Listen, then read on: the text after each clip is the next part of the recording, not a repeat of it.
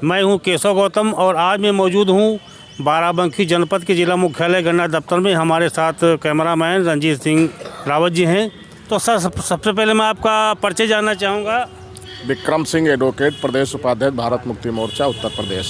Sir आज आप लोग यहाँ धरने पे बैठे हुए हैं, तो इस धरने के पीछे आपका क्या उद्देश्य है और कौन कौन सी मांगें जुड़ी हैं? धरने पर हम लोग आज यहाँ पर बैठे हैं, ये हमारा राष्ट्रीय नेतृत्व का राष्ट्रीय आह्वान पर हम लोग जो है पूरे उत्तर प्रदेश में इस देश के अंदर जो वर्तमान परिवेश में सरकारों द्वारा अन्याय अत्याचार बड़े पैमाने पर किया जा रहा है, उसका हम लोग जाहिर विरोध करने के लिए यहाँ पर बैठे हुए हैं। और हम लोग इस बात को बताना चाहते हैं कि आप लोग जो गुंडागर्दी और जो तानाशाही इस देश में चला रहे हैं, ये चलने वाली नहीं है। इसके पीछे बहुत सारे मुद्दे हैं। जैसे सोमेश कुमार नाम का जो जाटो समाज का लड़का था, उसको पुलिस की गोली से उसकी हत्या हुई है और उसके परिवार को न्याय नहीं दिया जा रहा है। इसके अलावा बाबा साहब अम्बेडकर की प्रतिमा को लेकर, अम्बेडकर पार्क को लेकर विवाद हुआ। वहाँ पर बहुत सारी घटना प्रशासन के द्वारा मुख्यमंत्री महोदय के राज में उनके आदेशों के उनके अनुपालन में सब घटनाएं कारित की जा रही हैं, जिसमें हमने इस पेपर में कई मुद्दे लिखे हुए हैं।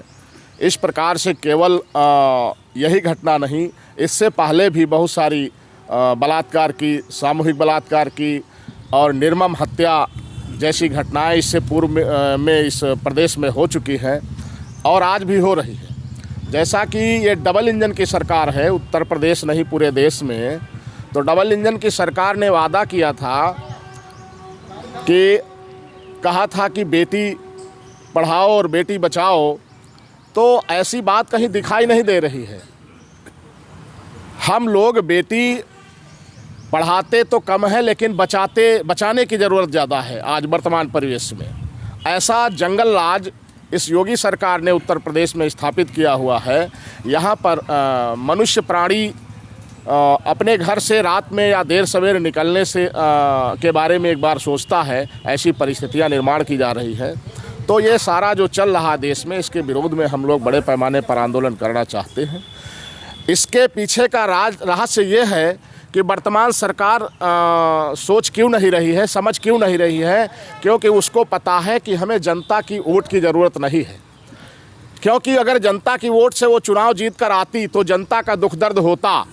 जनता की वोट से उसने चुनाव नहीं जीता है, वो ईवीएम की नाजायज़ पैदाइश है। जो डबल इंजन की सरकार है वो ओरिजिनल रियल रिप्रेजेंटेटिव नहीं है, वो ईवीएम के द्वारा पैदा की गई नाजायज़ पैदाइश की सरकार है।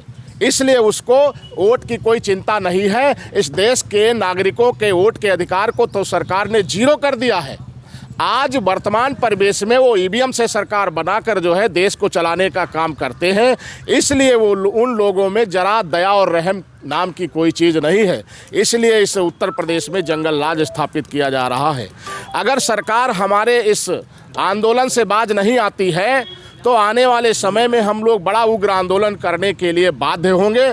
ऐसा हम सरकार को आदेशित और निर्देशित करते हैं, क्योंकि हम उन सरकार की जो औकात है, उस औकात को हम लोग बड़े अच्छे से जानते हैं कि तुम लोग जो है अपने बाप की औलाद नहीं हो, तुम लोग नाजायज़ पैदा किए गए लोग हो। इसलिए जो नाजायज़ होता है वो नाजायज़ ही रहता है, उसको जायज़ बात पसंद नहीं आती है। तो इस प्रकार से हम लोग जो है आने वाले समय में तुमको सबक सिखाना चाहते हैं, क्योंकि जेल फोड़ते फोड़ते ज़िंदगी बिता दिए, उनका उद्धार नहीं हुआ, उनका कल्याण नहीं हुआ।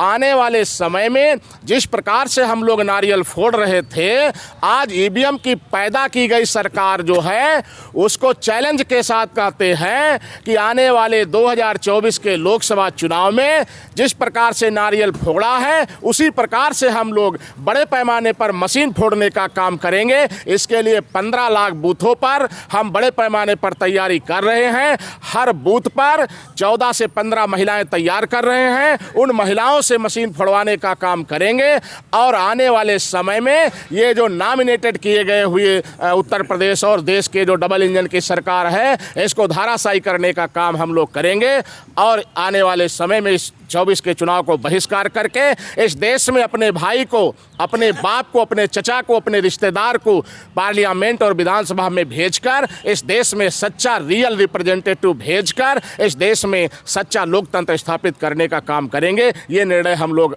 आज ले रहे हैं। धन्यवाद। जय मूल निवासी, जय भारत, जय संविधान।